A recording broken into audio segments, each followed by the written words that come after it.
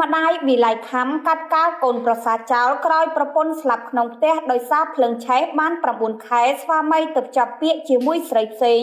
ដែលជាសត្រូវជាមួយប្រពន្ធស្រាប់តែប្រទេសឡាវទូការវេចញែកទៅកាន់ស្វាមីយ៉ាងក្តៅកគកថាជាអ្នកដៀបគម្រោងសម្លាប់ប្រពន្ធខ្លួនជឿជាក់ថាមហាជនអ្នកលេងបណ្ដាញសង្គមមួយចំនួនប្រកាសជានៅចាំរឿងរ៉ាវខ្លះៗដែលនៅប្រទេសឡាវពាក់ព័ន្ធនឹងវិល័យខំដែលជា CEO ហៃសូដ៏ល្បីឈ្មោះមានទ្រព្យសម្បត្តិច្រើនដែលគាត់បានស្លាប់ក្នុងផ្ទះចំទី2កាលពីខែកុម្ភៈទី25ឆ្នាំ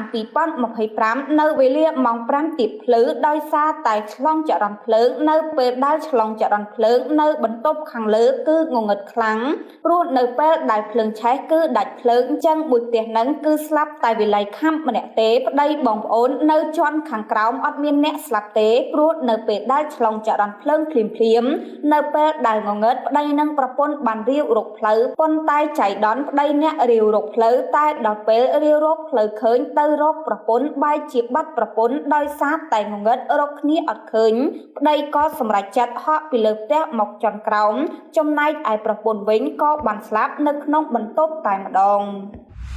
ចុកដៃចុកជើងរួយក៏ឈឺស្មាជាប់ចង្កេះស្ពឹកសពន់ឆ្លោះក្រិចបើសិនជាបងប្អូនមានបញ្ហាទាំងអស់ហ្នឹងប្រើកាអៀក្តៅរបស់ CC ធម្មជាតិធានាប្រើអត់បានផតដូរលុយវិញឥឡូវនេះប្រូម៉ូសិនបញ្ចុះតម្លៃរហូតដល់ 50% លើកមុនបងប្អូនទិញមកប្រអប់តម្លៃ$8ឥឡូវនេះចុះសល់ត្រឹមតែ$4តែប៉ុណ្ណោះកាអៀ CC ធម្មជាតិហ្នឹងល្អហើយអត់ក្តៅខ្លាំងទេហើយបិទទៅកាត់បន្ថយការឈឺចុកចាប់ខ្ញុំឈឺណាស់នេះឈឺអាឆ្លាក់នេះអាកពន្ធដៃនេះដេកបានទេចាប់បាទដល់ហើយមកខ្ញុំបិទអស់តែ2ដងគឺ2សន្លឹក2ដងវា4សន្លឹកបាត់ឈឹងដែលកាលនោះមហាជនមានការសង្ស័យទៅលើស្វាមីវិល័យខំថាជាអ្នកសម្លាប់ប្រពន្ធខ្លួនឯងព្រោះស្វាមីគាត់មិនមានរងរបួសហើយគ្រប់គ្នារួចជីវិតទាំងអស់ស្លាប់តែវិល័យខំម្នាក់កូនក្រោយប្រពន្ធទទួលមរណភាពបាន9ខែស្រាប់តែថ្មីនេះស្វាមីវិល័យខំបានភ្ជាប់ពាក្យជាមួយស្រីផ្សេងដែលស្រីនោះគឺជាសត្រូវរបស់ប្រពន្ធខ្លួនកាលប្រពន្ធនៅរស់ប៉ុន្តែស្វាមីវិល័យខំបែរជាទៅភ្ជាប់ពាក្យជាមួយនាងទៅវិញដែលរឿងនេះកំពុងទូការវែងញែកខ្លាំងនៅប្រទេសឡាវធ្វើឲ្យមហាជនគិតថាការស្លាប់របស់ប្រពន្ធគឺជាការគ្រោងទុកជាការប៉ងសម្លាប់របស់ប្តី